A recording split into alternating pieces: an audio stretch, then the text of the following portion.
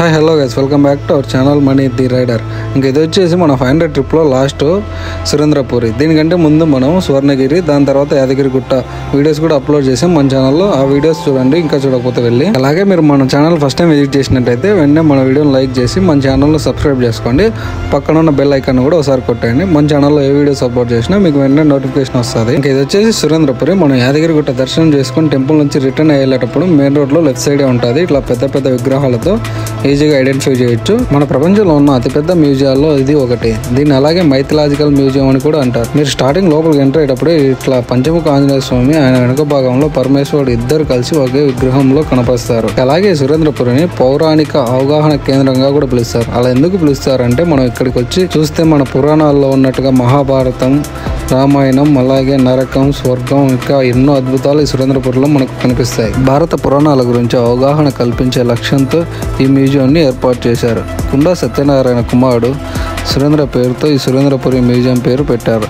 తన కుమారుడి పేరు అమరంగా ఉండడానికి ఈ మ్యూజియాన్ని స్థాపించిన సత్యనారాయణ గారు ఈ మ్యూజియానికి సురేంద్రపురి మ్యూజియం అన్న పేరు పెట్టారు.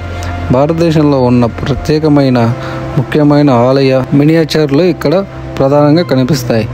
ఈ వైవిధ్యమైన అంశం సందర్శకులను అమితంగా ఆకర్షిస్తుంది. ప్రముఖమైన ఆలయాల యొక్క ఖచ్చితమైన ప్రతిరూపాలను తయారు చేసేందుకు చాలా జాగ్రత్తలు తీసుకున్నారు. ఆ ఆలయాల పైన ఉండే శిల్పకళలో నిర్మాణ శైలి, ఇలా ప్రతి విషయం గురించి తగిన జాగ్రత్తలు తీసుకొని ఇక్కడ మినియేచర్ ఆలయాన్ని అద్భుతంగా తయారు చేశారు. హిందువులు దేవుళ్ళని, దేవతలని వర్ణించే శిలా విగ్రహాలు, చిత్రలేఖనాలను ఈ మ్యూజియంలో గమనించవచ్చు. ఈ మ్యూజియాన్ని ఒక్కసారి సందర్శిస్తే భారతదేశ పురాణాల గురించి ఎన్నో విషయాలు తెలుసుకోవచ్చు. అలాగే మీరు ఈ సురేంద్రపురి మ్యూజియంలోకి వెళ్లే ముందు ఒకసారి లెఫ్ట్ సైడ్ చూస్తే మీరు ఆలయానికి దారని ఇక్కడ ఒక ఆలయం కూడా ఉంటుంది. ఈ ఆలయం పేరు వచ్చేసి సురేంద్రపురి పంచముఖ హనుమంతేశ్వర, వెంకటేశ్వర మరియు ప్రత్యేక నవగ్రహాలంట.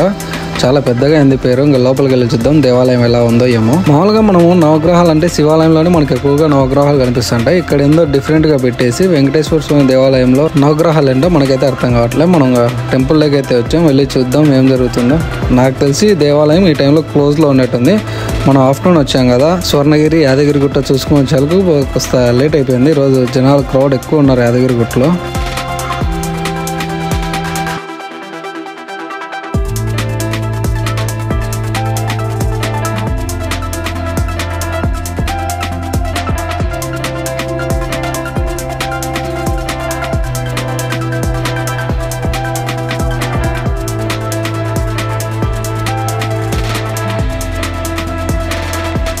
ఇక్కడ ముందుగా అనుకున్నట్టే టెంపుల్ అయితే క్లోజ్లో ఉంది. మనకైతే ఇక్కడ 3 ధ్వజస్తంభాలు ఉన్నాయి. ఏగుళ్ళన్న ఒకటే ఉంటుంది, కానీ ఇక్కడ చూడండి అలాగే పైన శ్రీరామచంద్రులు, హనుమంతులు, విఘ్నేశ్వరులు అందరూ ఉన్నారు, ఒకరు కాదు.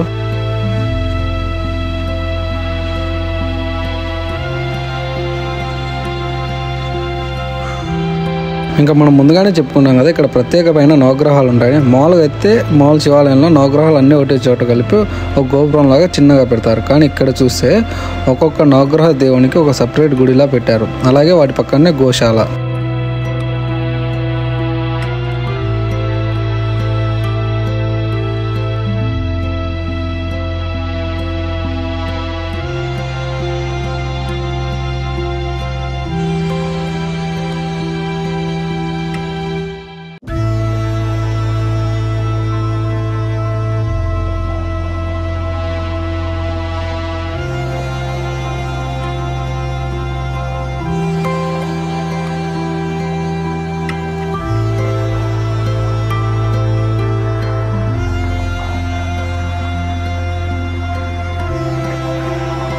ఇంకా మనం వాళ్ళ దేవాలయంలో ఉన్న గోశాలను, నవగ్రహాలను అన్ని చూసి సురేంద్రపురి మ్యూజియం దగ్గరికి అయితే వచ్చాం.